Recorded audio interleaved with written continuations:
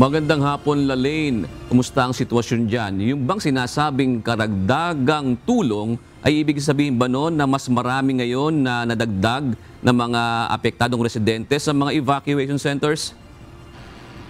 Yun ang ibig sabihin ng karagdagang tulong ng mga lokal na pamahalaan para dito sa mga evacuees na apektado ng Bulkang Kanaon. Ito kasing budget nila na Quick Response Fund para dito sa volcanic eruption ay naubos na nitong last June this year sa pagsabog ng Bulkang Kanaon. Kaya yung budget nila ay nabawasan na at kung magtutuloy-tuloy pa ang pagdami ng mga evacuees sa mga evacuation centers ay talagang kukulangin itong kanilang pondo para doon sa mga pagkain, sa mga face mask at iba pang mga kits para doon sa kanilang mga residente. Mula blue alert status ay tinaas na sa red alert ang sitwasyon sa paligid ng Bulkang Kanaon. Ibig sabihin, naka-activate ang buong response cluster ng probinsya. Naka-alerto ang buong emergency response at humanitarian assistance team ng lalawigan para sa pagtugon sa mga pangangailangan ng mga residente. Kabilang dito ang camp management o ang pamamahala sa mga evacuation center, logistics, food at health clusters.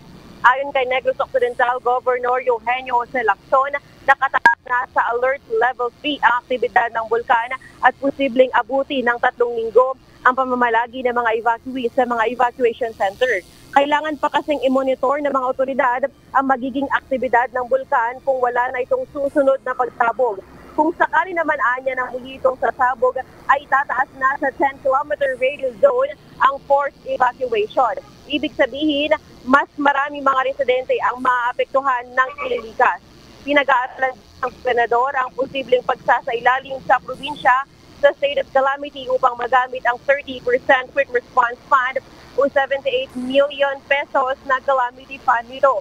Ayon naman kay Mayor Romaila Nicor ng mga limutan ng Lakasiliana, kailangan nila ng pondo at karagdagang tulong dahil sa lawak ng pinsala. Tiniyak naman ni DSWD Secretary Rex Gatchalian na sapat ang family food packs na nakaantabay at ipinamamahagi ng pamahalaan. Among 5% TRM fund is only 11 million plus and the 30% quick response is 4,000 plus. Anong pinaka-needs tagit sa buong ngayon? Water, face mask, vitamins, and food for our evacuees.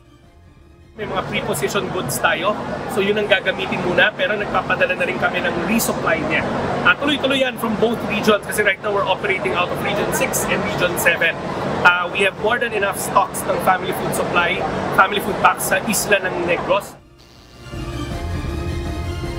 Ngayon ay nasa 424 na paaralan sa buong Western Visayas ang nagsuspende na ng kanilang face-to-face classes dahil sa paglaganap na o asopre. Dahil walang pasok, ay nag-shift muna sa alternative delivery mode ang mga estudyante. Samantala, June, batay sa latest update ng Office of the Civil Defense, umabot na sa 3,470 families o 11,720 na individuals ang direktang apektado ng pagputok ng Bulkang Kanaon at ayon nga sa OCD ay posibleng madadagdagan pa ito kung muli na namang magkaroon ng aktibidad itong Bulkang Kanaon. Yung nating balita mula rito sa La Carlos, balik sa June. Meron bang, Lalaine, meron ba ngayong araw na ito na naging aktibidad ang Bulkang Kanaon? Meron ba mga senyales o binibigay na abiso ang PHIVOLCS dyan? Yun, kanina sa pag-iikot din natin, medyo tahimik ang aktibidad ng Bulkang Kanaon. Kung ikukumpara nitong kahapon na talagang ang dami ng ibinibugang abo at mga asopre, ngayong araw ay medyo kalmado at tahimik ang Bulkang Kanaon. Mga bayan na nakapalibot dyan sa bulkan.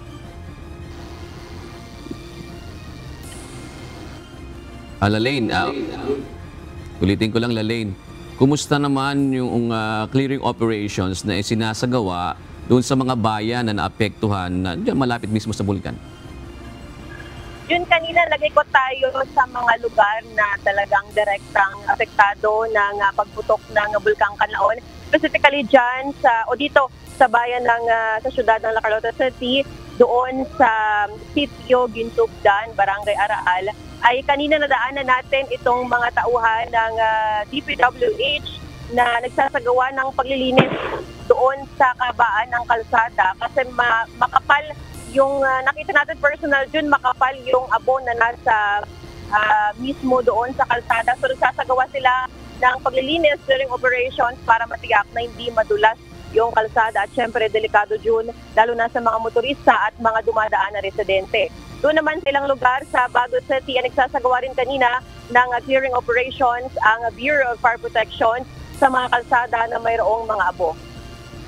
Ito nga, Lali, ito nga mahirap dyan. Siyempre, yung may mga pananim na nanalangin na umulan. Yung iba naman na walang pananim na nanalangin na wag umulan kasi baka magkaroon nga ng mas maputik na sitwasyon sa kanilang lugar. Kumusta naman ang vegetation dyan? Papaano nila isinasalba yung iba pang kanilang mga pananim? Lalaine. Yun, kanina natanong din natin yan doon sa DNR at sa ilang mga otoridad. Dito sa Barangay Ilihan kasi dyan sa Maaw, dito sa Baguio City ay hindi muna pinapayagan yung mga residente na bumalik sa kanilang lugar dahil nga mapanganib at delikadong pumasok doon. So sa ngayon talaga, hindi pa rin muna pinapayagan na makabalik doon ang mga residente at isalba kung ano man ang mga pananim nila na naapektuhan ng pagbuga dahil nga ayon sa lokal na pamahalaan, mas mainam na mismo yung sarili nila na iligtas muna nila bago yung mga pananim nila at iba pang mga ari-arian. So kanina dyan talagang wala pa tayo nakita na isinasalba ng mga residente yung kanilang mga pananim na iniwan na naapektuhan rin ng pag-alboroto ng bulkan. Alright, maraming salamat. Lalaine Moreno, nag-uulat ang live mula sa La Carlota City.